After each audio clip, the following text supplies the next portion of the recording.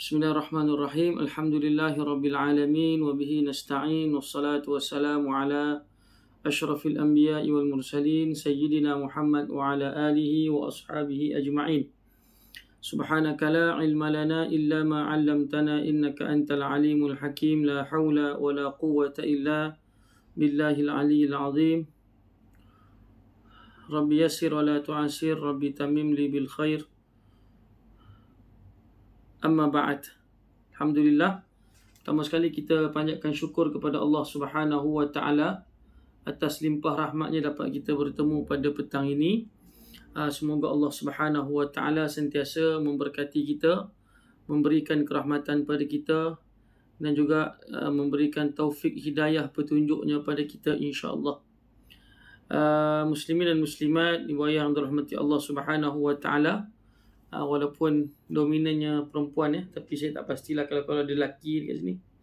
Jadi saya sebutlah tuan puan Okey, seperti biasa kita akan sambung perkongsian kita daripada hadis kitab Riyadhus Salihin karangan Imam An-Nawawi rahimahullahu taala.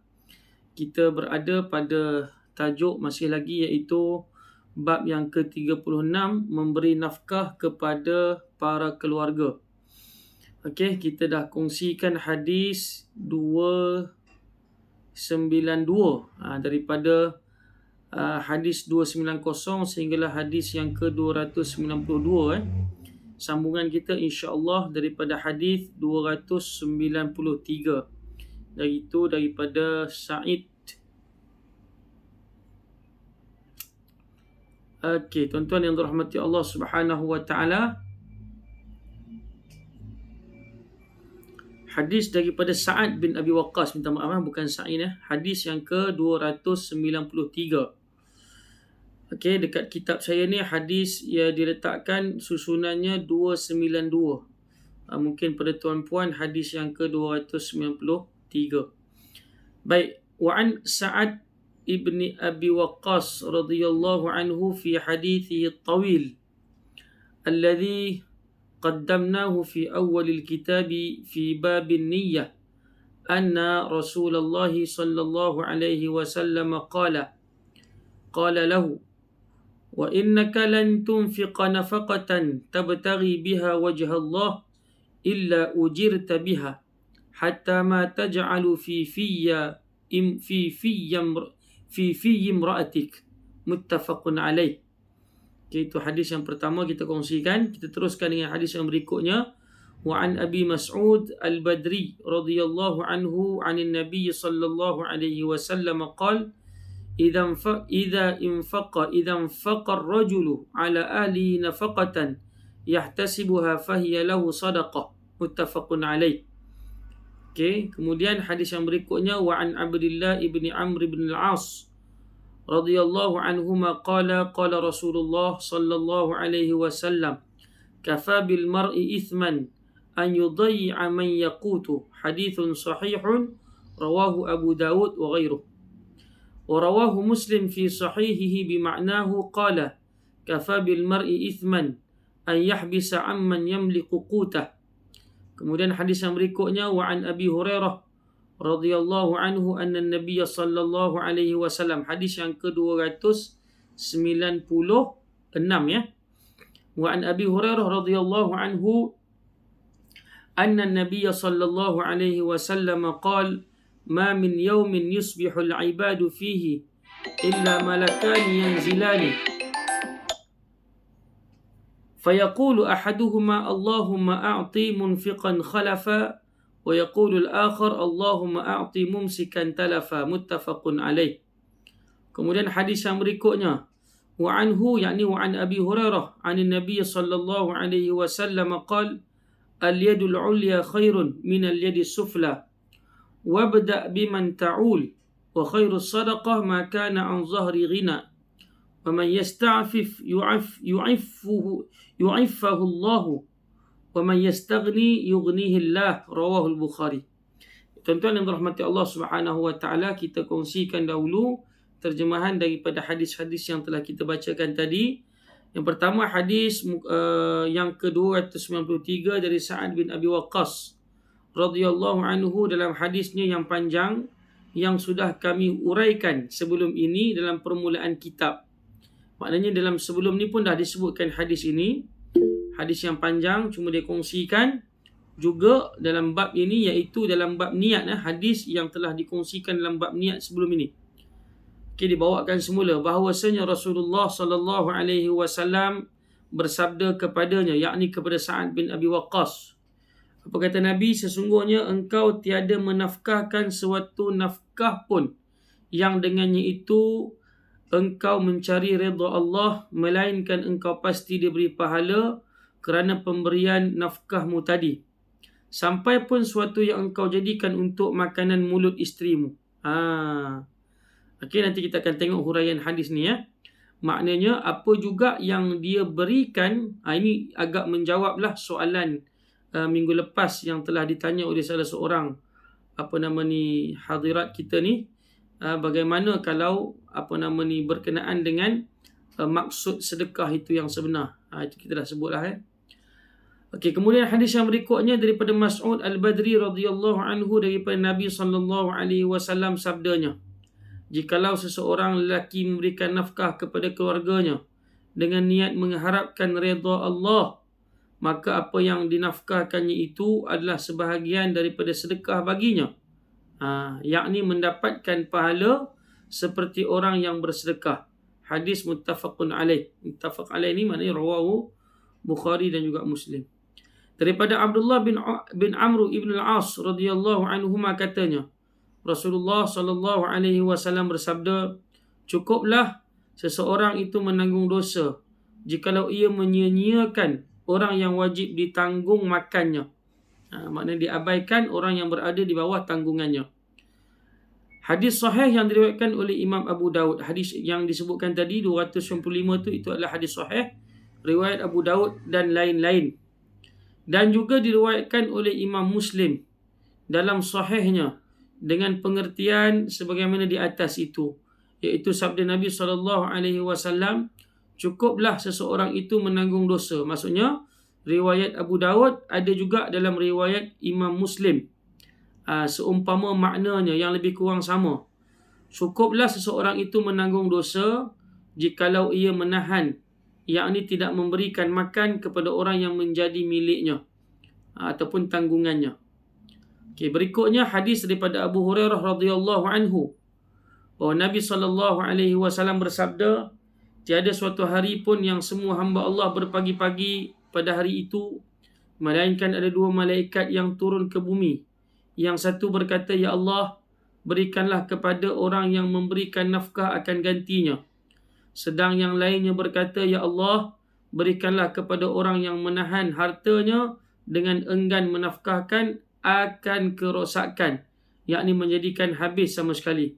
Muttafaqun alaih.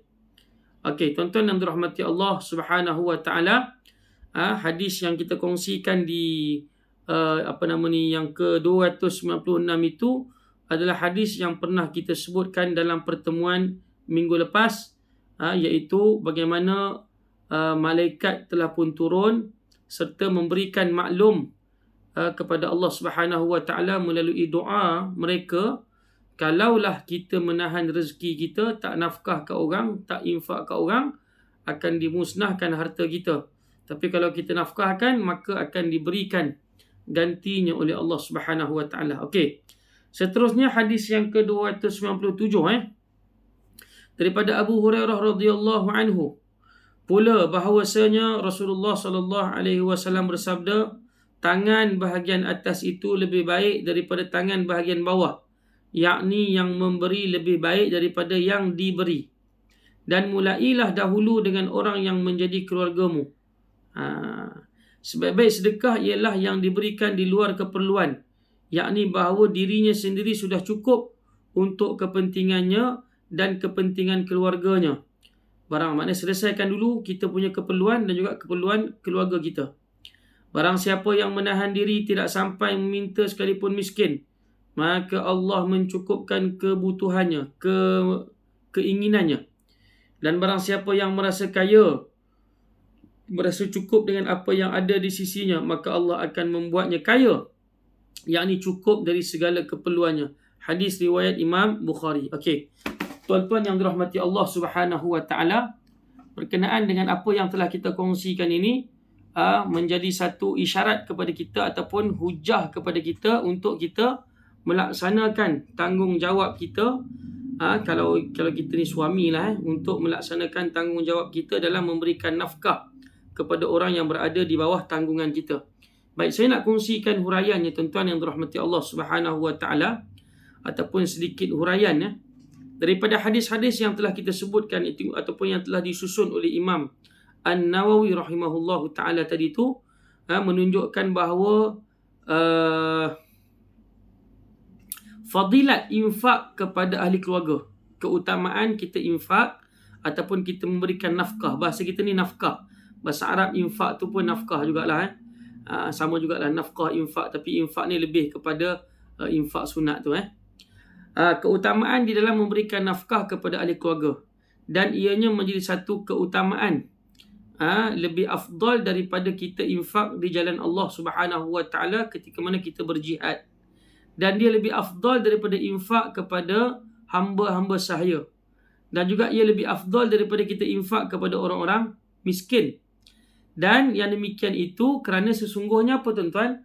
Allah Subhanahu wa taala telah mewajibkan ke atas kita, maknanya memberikan nafkah kepada ahli keluarga, kepada diri, kepada orang yang terdekat tadi yang disebutkan tadi ni, itu adalah sesuatu yang telah diwajibkan oleh Allah ke atas kita. Dan kewajipan yang yang telah Allah Taala wajibkan ke atas kita, ataupun ibadat yang telah diwajibkan oleh Allah ke atas kita, itu lebih utama berbanding kita melakukan perkara-perkara yang sunat. Maknanya kalau nak dibandingkan nafkah kepada keluarga yang wajib dan juga memberikan infak kepada jalan Allah ketika mana kita berjihad, itu sunat, maka yang wajib lebih afdal berbanding yang sunat. Ini yang menyebabkan sebahagian daripada manusia terkeliru. Kerana ada orang yang mengutamakan yang sunat berbanding yang wajib. Sedangkan dalam sebuah hadis qudsi, Allah Subhanahu wa taala menyatakan, "Ma taqarraba ilayya 'abdi bi syai'in ahabbu ilayya mimma aftaradtuhu alaih."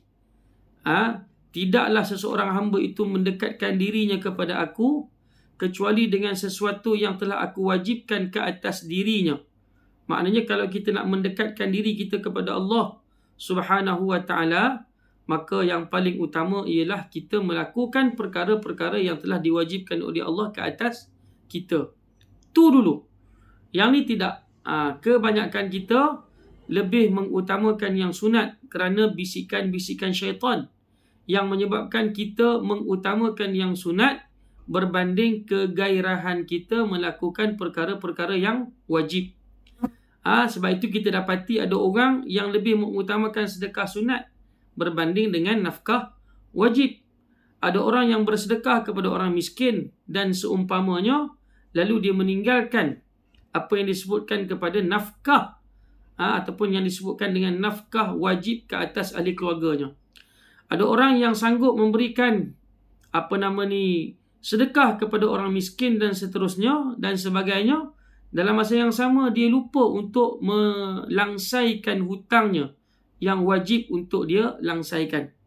Ada orang yang dia bersedekah kepada orang miskin, dia melakukan ibadat-ibadat sunat seperti umrah sunat, melakukan haji sunat. Haji sunat memang kita dah pergi haji, nak pergi lagi kan, belanja besar, tapi dia tidak melakukan ataupun tidak melangsaikan hutangnya.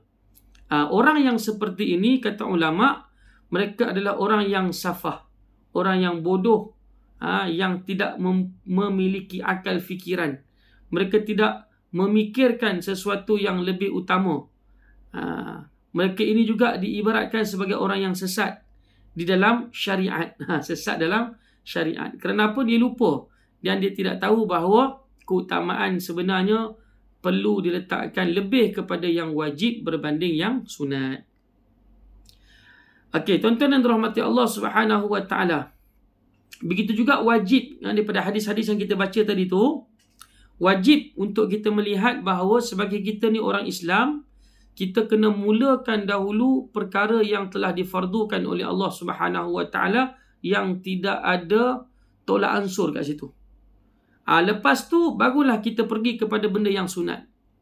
Lepas tu barulah kita pergi kepada perkara yang sunat. Dan bila mana kita nak melakukan perkara yang sunat pun, janganlah kita berlebih-lebihan ataupun kita terlalu berlonggaran. Lebih-lebih tak boleh, sikit-sikit sangat pun tak boleh. Maksudnya apa? Kita kena berada pada tengah-tengah, batas yang tengah.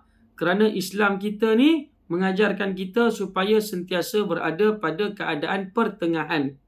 Oleh kerana itu dalam Al-Quran, selalu saya bacakan ayat ini, Allah Ta'ala sebut, وَكَذَلِكَ جَعَلْنَاكُمْ أُمَّةً وَسَطًا. Dengan demikian itu, kami telah memberikan ataupun menjadikan kamu ni umat yang pertengahan. Apa maksud umat yang pertengahan? Umat yang tidak terlalu berlebih-lebihan, ekstrim. Tak boleh sangat ekstrim, tuan-tuan.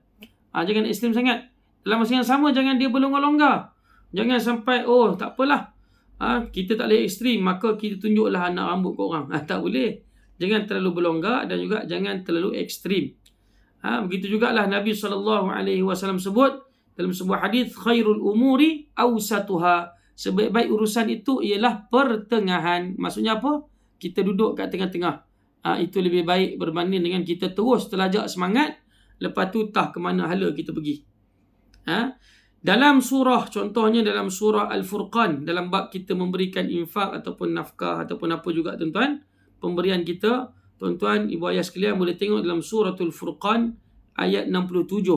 Allah Ta'ala menyatakan, وَالَّذِينَ إِذَا أَنْفَقُوا لَمْ يُسْرِفُوا وَلَمْ يَقْتُرُوا وَكَانَ بَيْنَ ذَلِكَ قَوَامًا.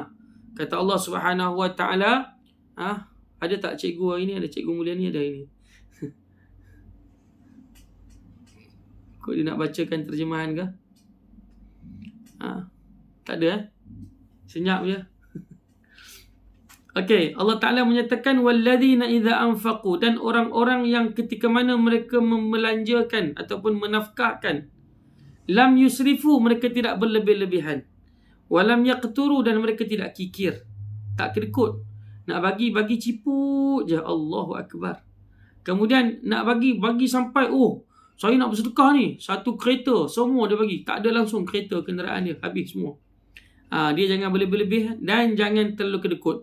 Wa kana baina dzalika qawama, dan kata Allah Subhanahu Wa Ta'ala adalah antara yang demikian itu, yakni ketika mana kita berinfak, kita berada di tengah-tengah. Yakni kita ni bersederhana, tengok keadaan dan juga kemampuan kita. Mana yang kita boleh bagi, mana yang kita rasa tak boleh nak bagi. Mana yang kita kata kalau kita bagi, dia akan merosakkan kita. Mana yang ketika mana kita bagi, dia akan menguntungkan kita. Maknanya kita sendiri yang menilai kemampuan kita, kedudukan kita, keberadaan kita. Supaya nanti kita tidak menjadi orang yang akhir sekali kita rasa bersedih hati. Ini maknanya kita selesaikan yang wajib, kemudian barulah kita melakukan yang sunat. Dan yang sunat yang kita lakukan itu mestilah melihat kepada apa, tuan-tuan? Melihat kepada pertengahan. Jangan terlalu berlebih-lebihan. Iaitu kita tidak boleh berlebih-lebihan, kita kena tengah-tengah. Tak boleh berkurang-kurang, tak boleh berlebih-lebih. Kerana yang demikian itu adalah perkara yang telah ditunjukkan oleh agama kita. Baik, tuan-tuan yang dirahmati Allah Subhanahu Wa Ta'ala. Begitu juga kalau kita tengok daripada hadis yang kita bacakan tadi, hadis yang ke berapa tu? Hadis yang ke-295. Hadis yang ke-295. Kalau kita tengok balik, hadis itu menunjukkan kepada kita satu amaran yang Allah Subhanahu Wa Ta'ala berikan kepada kita, ataupun agama ini memberikan amaran kepada kita, supaya jangan kita mengabaikan siapa sahaja yang berada di bawah tanggungan kita. Kalau baik manusia ataupun bukan manusia. Baik manusia ataupun bukan manusia. Maknanya binatang lah. Mungkin kalau kita ada bela binatang, kalau kita ada bela kucing, kalau kita ada bela kambing, kalau kita ada bela ayam ataupun apa juga yang berada di bawah tanggungan, jangan kita abaikan. Kalau ada di kalangan kita yang berniat, ada hati nak bela binatang, nak bela kucing, tapi dia abaikan makanan kucing. Dia biar kucing tu terkurung tanpa dilihat makan minumnya, tanpa dilihat kebersihannya, tanpa dilihat apa juga keperluannya, maka kita itu dikira sebagai orang yang berdosa. Sebab tu Nabi sebut kafa bil mar'i ithman.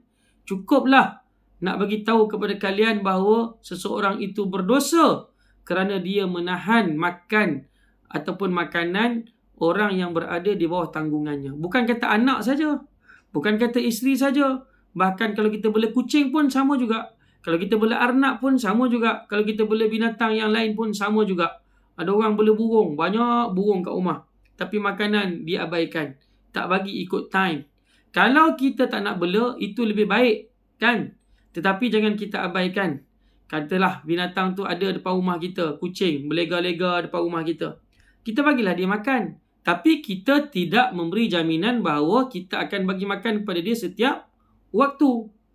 Berbanding dengan orang yang memang dia kata aku bela kucing ni. Siap dia letak tanda lagi. Dia kata ni rantai ni tanda kucing ni aku punya. Orang lain jangan kacau. Kalau orang lain kacau, lepas tu bila tiba waktu makan kucing, dia tak bagi. Bila kucing tu duk mengiau minta makanan, dia tak bagi. Ini sangat-sangat zalim. Tak kena. Berdasarkan kepada hadis yang kita faham, cukuplah orang itu dikira sebagai berdosa tak kala mana dia menahan ataupun tidak memberikan tanggungjawab yang sepatutnya, termasuk makan minum kepada apa yang berada di bawah tanggungannya. Okey, tuan-tuan yang dirahmati Allah Subhanahu wa taala, cukup pada bab yang ke-36 yang telah kita kongsikan itu berkenaan dengan hadis-hadis tanggungjawab kita, iaitu memberikan nafkah kepada para keluarga ataupun ahli keluarga kita ataupun orang yang berada di bawah tanggungan kita. Masuk kepada bab yang berikutnya, bab yang ke-37, yakni bab pada menyatakan memberi nafkah dari sesuatu yang disukai dan dari sesuatu yang baik. Okey, tuan-tuan yang dirahmati Allah Subhanahu wa taala, suka untuk kita baca dalam bahasa Arab dia tu sebagai permulaan untuk kita berjinak-jinak dengan bahasa Arab. Babul infaq mimma yajibu mimma yuhibbu wa minal jidi.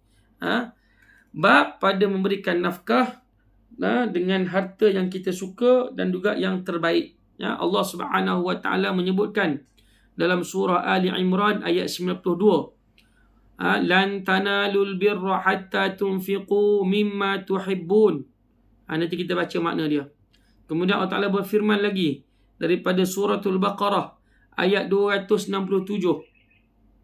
ya ayyuhalladzina amanu anfiqu min tayyibati ma kasabtum wa mimma akhrajna lakum minal ard wa la tayammamul khabitha minhu tunfiqun. Tuan-tuan yang dirahmati Allah, dua ayat sebagai mukadimah yang dibawakan oleh Imam An-Nawawi rahimahullahu taala supaya kita dapat mentadabburnya. Allah Taala berfirman daripada ayat yang pertama surah Ali Imran 92, tidak sekali-kali engkau semua akan dapat memperolehi kebajikan sehingga engkau semua suka membelanjakan dari sesuatu yang engkau cintai. Itu pertama. Yang kedua, surah Al-Baqarah ayat 267. Allah Ta'ala menyatakan, hai sekalian orang-orang yang beriman, nafkahkanlah sebahagian dari yang baik-baik, dari apa yang engkau semua usahakan. Yang baik-baik, bukan yang cokiang-cokiang, yang bagus-bagus, bukan yang dah pecah-pecah. Yang terbaik, yang okey-okey lah. Kami keluarkan dari bumi, dan janganlah engkau semua sengaja memilihkan yang buruk-buruk di antara yang engkau semua nafkahkan itu. Okey tuan-tuan yang dirahmati Allah Subhanahu wa taala. Dalam bab kita memberikan pemberian kepada orang ni, sewajarnya kita beri yang apa yang kita suka. Kalau kita suka, tak semestinya kita bagi apa yang kita miliki tu. Contoh, saya ada jam tangan. Saya suka jam tangan ni. Ketika mana saya nak bagi jam tangan ke orang, contoh. Ketika mana saya nak bagi jam tangan ke orang, janganlah beli yang Maidin punya tu. Maidin bagus jugalah. Janganlah beli yang DIY punya tu tuan-tuan. Ataupun janganlah kita bagi yang kedai Eko punya yang RM2 2 upang tu, RM2 sekupang tu. Kita bagi, sekarang ni pun dah naik sikit, RM2 apa? RM2.5, RM2.4. Jangan kita bagi yang tu. Bagilah yang terbaik ataupun yang sama jenis dengan apa yang kita pakai. Kan, yang kita punya sampai mahal-mahal, cantik-cantik. Lepas tu bila nak bagi ke orang, kita bagi yang kena air sikit dah hancur dah. Tak boleh. Paling-paling kita bagi apa yang setara dengan yang kita pakai. Ataupun kurang sikit lah. Yang penting berkualiti. Jangan kita bagi yang dah nak hancur. Ini kita bagi baju yang terkoyak rabak dah ni. Tak apa, aku nak bersedekah. Tengok-tengok buka plastik warna hitam tu. Ya salam. Kan? Dengan tai lipahnya, dengan koyak sana, koyak sini. Itu tak kena. Ketika mana kita nak bagi, kita bagi yang terbaik ataupun setaraf ataupun setanding dengan yang terbaik. Ini juga tersebut dalam surah Al-Insan, tuan-tuan yang dirahmati Allah Subhanahu wa taala. Ketika mana Allah Subhanahu wa taala menyatakan hal yang lebih kurang sama dalam suratul Insan. Tuan-tuan boleh tengok, saya selalu baca ayat suratul Insan ni kepada peserta-peserta bahasa Arab saya, ketika mana Allah Subhanahu wa taala menyatakan dalam surah Al-Insan ayat yang ke-8. Tuan-tuan ibu ayah sekalian boleh tengok suratul Insan ayat yang ke-8. Wa yut'imuna at-ta'ama 'ala hubbihi miskinan wa yatiman wa asira. Apa kata Allah? Dan mereka memberi makan makanan atas yang disukainya kepada orang miskin dan anak yatim dan tawanan. Mereka memberikan makan yang mereka suka ataupun yang mereka gemar. Bagi kepada siapa? Kepada orang miskin. Kepada siapa? Kepada anak-anak yatim. Bagi kepada siapa? Bagi kepada orang-orang tawanan, orang-orang yang ditawan. Sama ada ditawan di negeri orang Islam, ditawan oleh tentera kaum muslimin, maka tawanan tersebut kita kena layan baik-baik. Jadi bila nak bagi makan yang terbaik.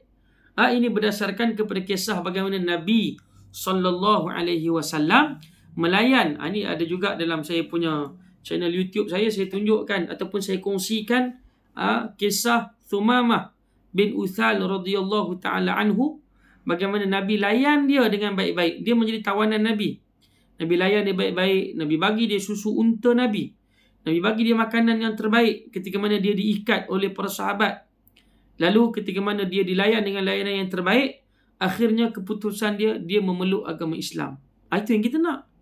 Kita bukan macam orang musuh Islam yang menawan kaum muslimin lalu mereka seksa. Macam dekat penjara Abu Gharib. Umat Islam diseksa dengan dahsyat. Diletakkan elektrik, kan, disambung, kemudian ditakutkan dengan anjing-anjing liar, kan, ditakutkan dengan macam-macam lah ketakutan. Akhirnya penjara itu diibaratkan seperti neraka dunia, kan, Abu Gharib di Iraq tu, kan. Dan akhirnya hari ini alhamdulillah penjara itu pun sudah dimusnahkan. Tetapi tidak menolak kemungkinan ada juga penjara-penjara yang seumpama itu yang menyeksa kaum muslimin, seperti mana yang berlaku kepada sahabat-sahabat kita, kawan-kawan seperjuangan kita yang berada di Palestin. Mereka yang ditawan dan dipenjarakan di dalam penjara Israel, jajahan Israel Haram itu, bagaimana mereka diseksa dengan dahsyat, tuan-tuan, dahsyat. Sampai ada yang jadi lumpuh, sampai ada di kalangan mereka yang cacat. Saya pernah bersembang dengan Syekh Raid Salah. Raid Salah ni beberapa kali ditangkap dalam penjara Israel. Dia kata siksaan sangat teruk yang dikenakan kepada dia. Antaranya duduk macam apa kita sebut, saya tak ingat kalau istilah budak-budak sekolah ni, ayam cangkung ke apa benda. Diletakkan, dia minta dia tarik tangan dia daripada belakang kaki, kemudian keluar ke depan dan pegang telinga. Duduk, dia kata bukan beberapa minit, tetapi 1 jam lebih. 1 jam lebih tu bila diminta untuk lepaskan, ya Allah, tak boleh nak berdiri. Sakit sangat belakang. Itu baru 1 jam lebih. Andai kata beberapa jam mereka diminta untuk buat begitu, Masya Allah. Sebab itu keluar di kalangan mereka ada yang cacat, yang tak boleh nak berdiri dengan sempurna dan sebagainya. Tetapi tidak dalam Islam. Islam kata apa? Bagi makan ataupun layan yang terbaik kepada, ataupun layanan yang terbaik diberikan kepada para tawanan. Baik, ini nak bagi tahu bahawa kita memberi makan ataupun memberikan sesuatu yang mungkin setara dengan apa yang kita miliki kepada mereka yang ingin kita berikan. Okey. Tuan-tuan yang dirahmati Allah Subhanahu wa taala. Seterusnya kita baca hadis Nabi sallallahu alaihi wasallam, hadis yang ke-200 berapa ni? 298 298. Okey, baik. Saya bacakan dulu bahasa Arab dia. Kalau dekat saya ni kurang satu angka, 297.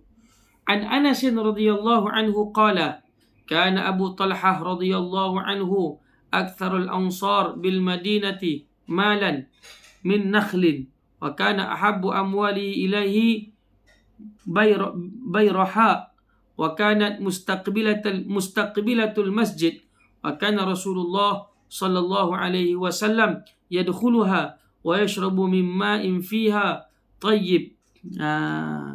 Qala Anas falamma nazalat hadhihi al-ayah lan tanalul birra hatta tunfiqu mimma tuhibbun qama Abu Talhah ila Rasulillah sallallahu alaihi wasallam faqala ya Rasulullah inna Allah ta'ala anzala alayka lan tanalul birra hatta tunfiqu mimma tuhibbun wa inna ahabba mali ilayya bayraha wa innaha sadaqatun lillah ta'ala arju birraha wa dhukraha 'inda Allah ta'ala fada'ha ya Rasulullah haitsu araka Allah. Masyaallah, tabarakallah.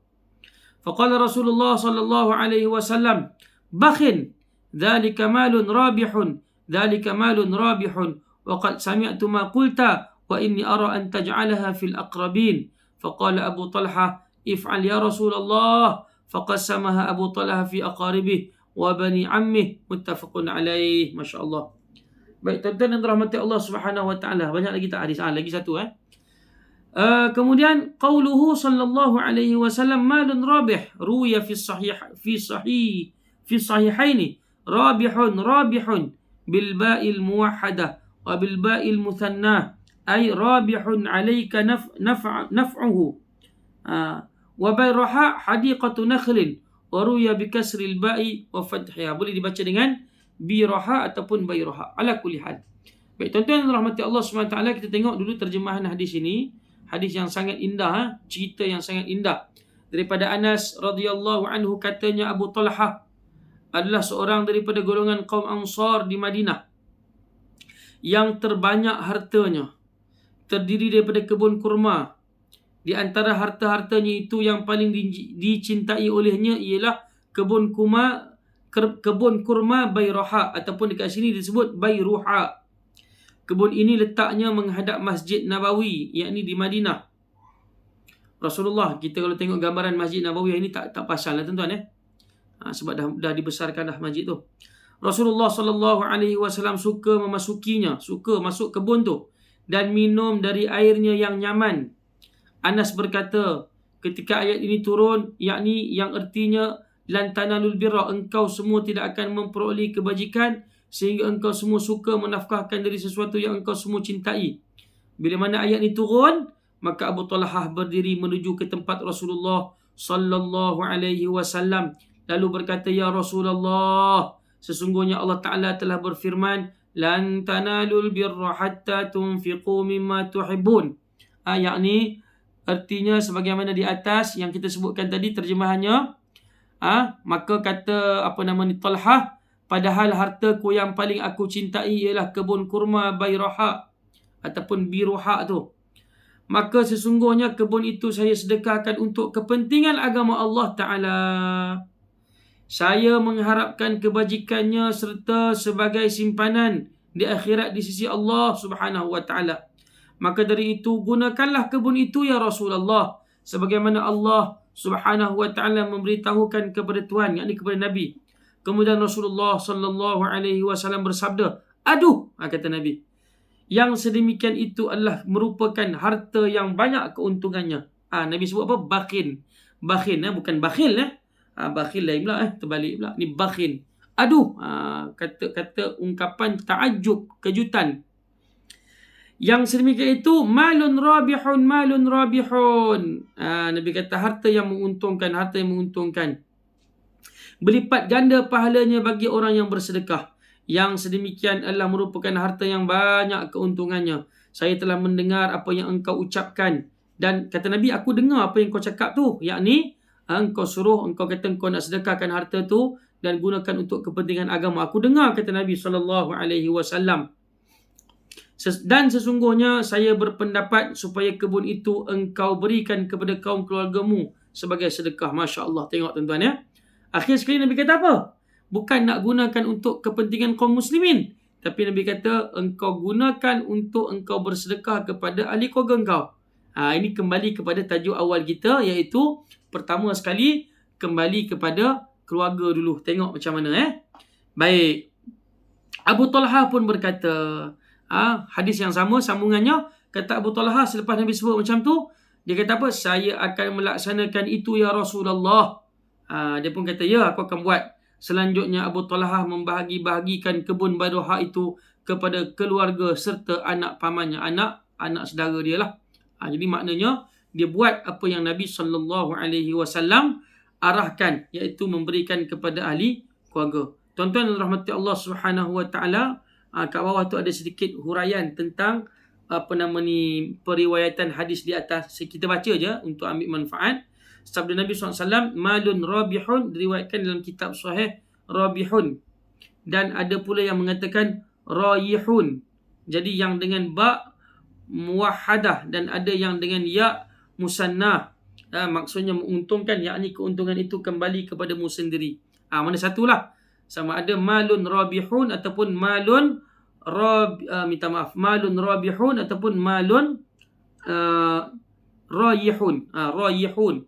Rayihun boleh, rabihun boleh, sebab dia punya riwayat itu berbeza-beza. Ala kulli hal, asalkan dia membawa makna yang baik. Kalau malun rabihun maknanya harta yang menguntungkan. Kalau malun rayihun iaitu harta yang memberikan manfaat semula kepada kamu, mengalir semula kepada kamu. Baik.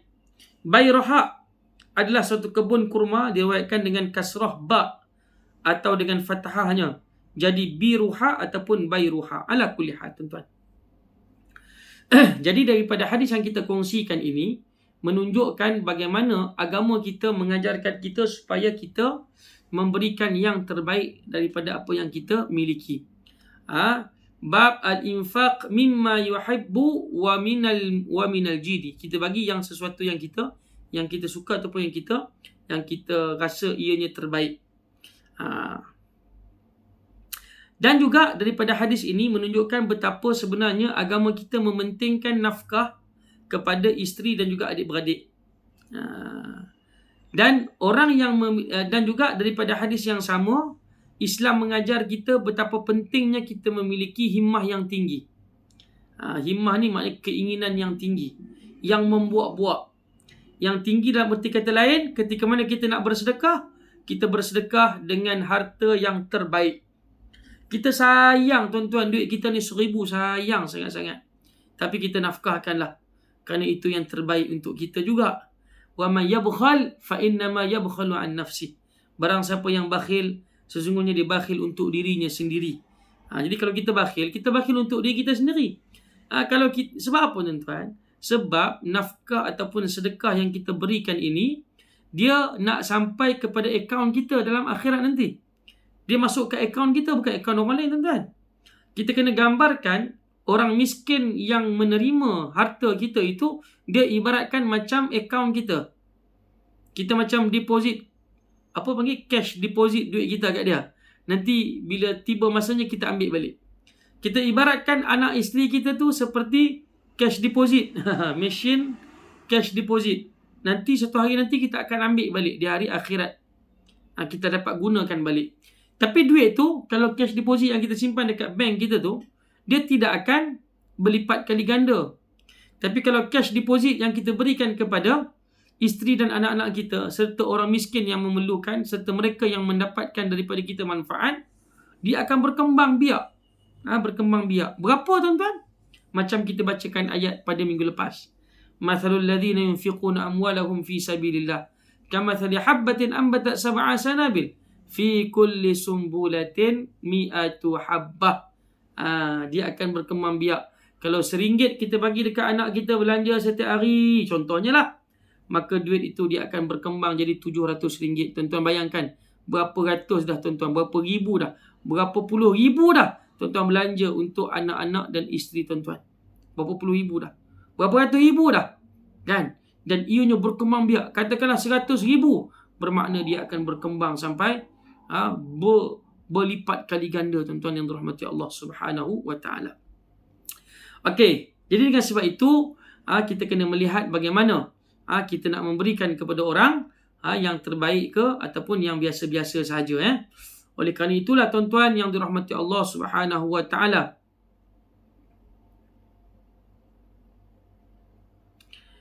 di sana kata ulama ada perbezaan antara yang terbaik dan juga antara yang dia suka. Tetapi menjadi kebiasaan bahawa seseorang itu dia tidak akan suka kecuali yang terbaik daripada hartanya. Akan tetapi kadang-kadang bersangkut ataupun ianya melekat di hatinya dengan sesuatu daripada hartanya yang sebenarnya tak baik pun. Benda tu biasa je. Tapi dia punya ada apa? Ada nostalgia dengan barang tu. Sebenarnya barang tu bukan barang yang terbaik, tapi ada nostalgia dia dengan barang tu. Maka saat itu ketika mana dia memberikan harta dia daripada yang terbaik, itu lebih disukai berbanding daripada harta yang dia suka. Sebab kadang-kadang yang dia suka tu tak semestinya mahal, tak semestinya yang terbaik. Contohlah, ada orang dia minat kereta, tuan-tuan. Ataupun dia minat radio lah contohnya. Dia minat simpan barang-barang klasik ni. Radio lama ni. Kan? Tontang-tontang tengok besi lah. Tapi itulah radio klasik yang dia kata sayang. Sebab apa? Ini barangan antik. Dia suka. Tak semestinya barang itu disukai oleh orang lain. Jadi ketika mana dia nak bagi barang, dia kena bagi yang terbaik. Sebab radio antik bukan terbaik. Pada dia terbaik lah. Sebab dia suka. Tapi pada orang lain tak terbaik. Macam saya. Kalau orang nak bagi kat saya radio antik, saya tak suka. Saya tak suka. Sebab tak ada nilai pada saya. Contoh. Tapi bagi kita yang nak memberikan tu, kita bagi yang sepatutnya terbaik. Bukan yang kita suka. Sebab yang kita suka tidak semestinya terbaik. Maka pilihlah sepatutnya barang yang terbaik, bukan yang kita suka sahaja, tuan-tuan. Okey, tuan-tuan yang dirahmati Allah Subhanahu wa taala. Allah Subhanahu wa taala menyatakan dalam ayat yang kita bacakan tadi, lan tanalul birra hatta tunfiqu mimma tuhibbun. Yang dimasukkan dengan albir yang disebutkan oleh Allah Subhanahu wa taala itu ialah al-khairul kathir, kebaikan yang banyak. Lan tanalul birra, kamu sama sekali tidak akan mendapat kebaikan yang banyak. Itu maksud dia. Itu maksud albir tu. Kamu sama sekali tidak akan mendapat kebaikan yang banyak. Maksud albir ialah al-khairul kathir. Okey. Falbirru huwa al-khairul kathir, yakni lan tanal al-khair al-kathir wa lan tanal rutbat al-abrar hatta tunfiqa mimma tuhibb. Baik tuan-tuan rahmati Allah Subhanahu wa taala. Oleh kerana itu ketika mana kita nak memberikan sedekah, maka kita berikanlah yang terbaik. Wala tayammamul khabitha minhu tunfiquna walastum biakhidhi illa an tughmidu fi. Apa maksud ayat tu, tuan-tuan? Ayat yang kita bacakan surah Al-Baqarah ayat 267. Allah Ta'ala menyatakan bahawa hai sekalian orang yang beriman, jagalah, minta maaf. Hai sekalian orang-orang yang beriman, nafkahkanlah sebahagian yang baik-baik dari apa yang engkau semua usahakan dan daripada apa yang kami keluarkan dari bumi, dan janganlah engkau semua sengaja memilihkan yang buruk-buruk di antara yang engkau semua nafkahkan itu. Jadi dekat sini kita kena faham bahawa saat mana kita nak bersedekah, kita jangan bagi yang buruk-buruk lah. Kita bagi yang terbaik. Kerana Allah Subhanahu wa ta'ala telah memberikan kepada kita sesuatu yang terbaik, maka berikanlah kepada orang juga benda yang terbaik. Tuan-tuan juga nanti boleh semak dalam surah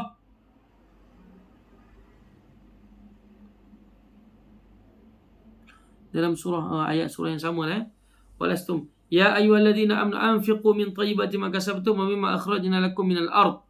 Jadi saat mana kita nak bersedekah, kita jangan bagi yang buruk-buruk. Ini banyak berlaku, tuan-tuan yang dirahmati Allah, termasuk dengan saya jugalah. Saya bukan nak kata orang lain, kadang-kadang saya pun sama juga. Ketika mana kita nak bagi baju-baju kita ni, kita pilih yang dah lusuh-lusuh baru kita bagi. Ini na'udzubillah, tuan-tuan, peringatan untuk diri saya dan juga kita semua. Saat mana kita nak bagi, kita bagi yang terbaik lah. Tetapi kalaulah kata pakaian yang kita miliki itu masih lagi boleh dipakai, jangan cepat-cepat kita buang kat tong sampah tuan ya. Kita boleh berikan juga untuk manfaat orang lain yang mungkin boleh pakai lagi. Kadang-kadang orang tak kisah pun sebenarnya, dia ucapkan terima kasih yang bersangatan juga pada kita kalau kita bagi kat dia. Contoh macam sahabat-sahabat kita daripada Bangladesh yang susah-susah tu, kadang pakaian yang kita bagi tu dia akan pakai juga untuk guna kerja dia, untuk pakai harian dia, untuk dia pelasah setiap hari kan. Kadang dia suka je. Sebab saya ada dekat sini, dekat kampung Bukit Lancong ni kan, ada seorang sahabat daripada Bangladesh tu, kita bagi je apa pakaian kat dia ni, walaupun buruk pada kita, kita dah rasa dah teruk dah, tapi dia ambil tu tuan-tuan, dia pakai lagi. Lebih dahsyat, kadang-kadang dia ambil, dia basuh dan dia buat jualan bundle. Sehelai dia boleh jual RM5, paling mahal RM5 lah kan. Kadang-kadang dia nak buat jualan borong ni, dia jual selai RM1 tuan-tuan, baju kita tu. Dan terbaik tak untuk dia? Sebenarnya terbaik juga untuk dia. Sebab itu kalau kata Allah, mak ni baju dah lusuh ni, tak nak bagi, nak buang je lah. Tak tuan-tuan, jangan cepat ya, jangan cepat. Kecuali kalau dah koyak rabak, memang dah nampak lah aib-aib tu, maka buanglah. Tapi kalau kata masih lagi elok, cuma lusuh pada pandangan kita, belum tentu lusuh pada pandangan orang lain. Seperti mana yang kita sebutkan tadi, mungkin sahabat daripada Bangladesh, sahabat daripada Indonesia, yang mereka ni boleh manipulasi apa juga barang yang mereka dapat, mereka gunakan untuk memperolehi wang sampingan. Dia ambil baju kita, dia basuh, kemudian dia akan jual balik secara pukal kepada rakan-rakan dia yang lain yang mungkin tak ada baju. Dia jual RM5, dia dapat dah untung RM5, bersih-bersih tuan-tuan kan. Maka dengan sebab itu kita bagi dengan niat untuk membantu mereka, memberikan keseronokan kepada mereka.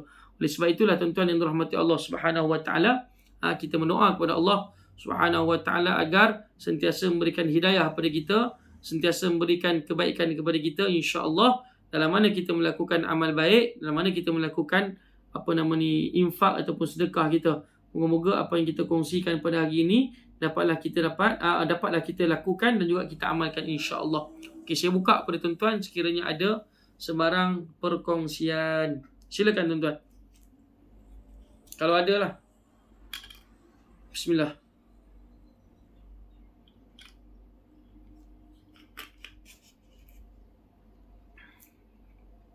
Ada tak tuan-tuan?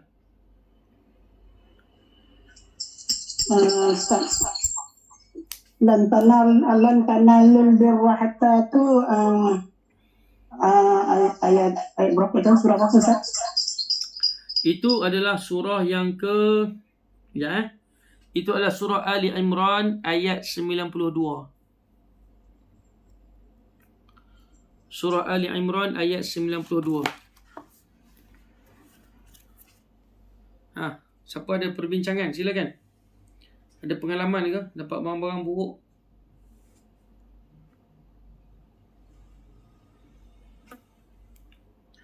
Tak ada perbincangan hari ni, masya-Allah, tabarakallah. Minggu lepas sampai tak cukup masa tuan-tuan. Saya sampai gelabah, saya kata minggu ni kena bagi ruang banyak sikit lah. Takut ada perbincangan. Okay, hari ni tak ada lah. Kalau tak ada tak apa tuan-tuan, tak ada masalah. Cikgu Uncle Rose ada apa-apa ke yang nak dikongsikan?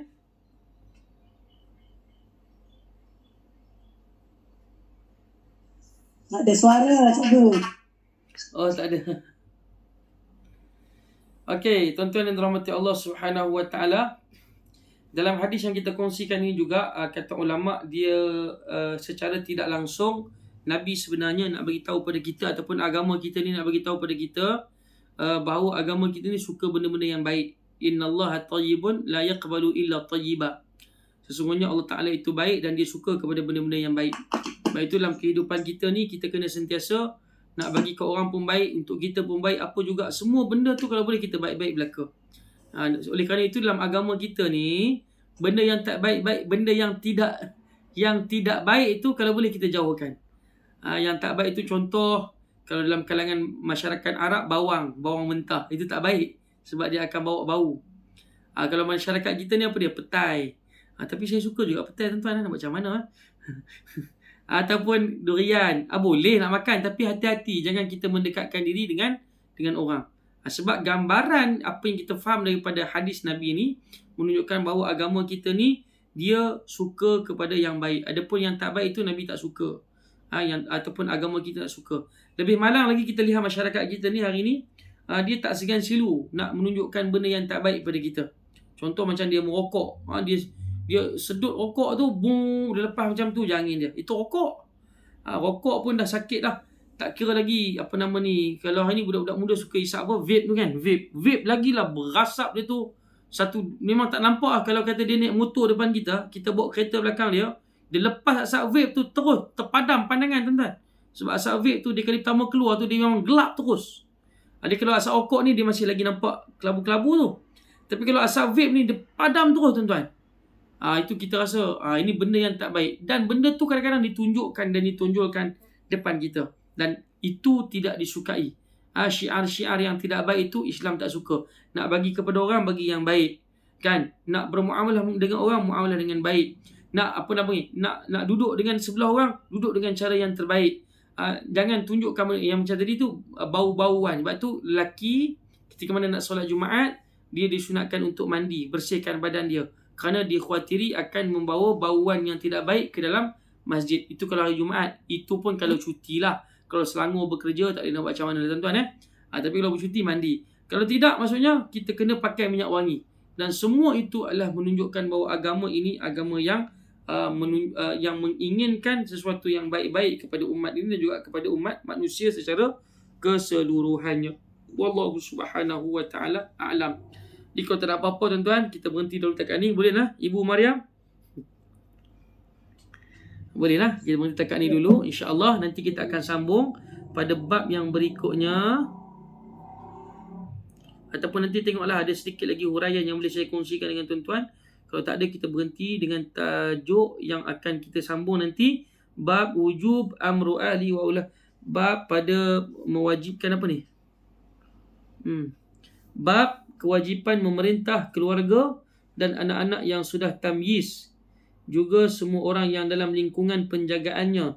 Supaya taat kepada Allah dan melarang mereka daripada menyalahinya. Harus pula mendidik mereka dan mencegah mereka daripada melakukan apa-apa yang dilarang. InsyaAllah.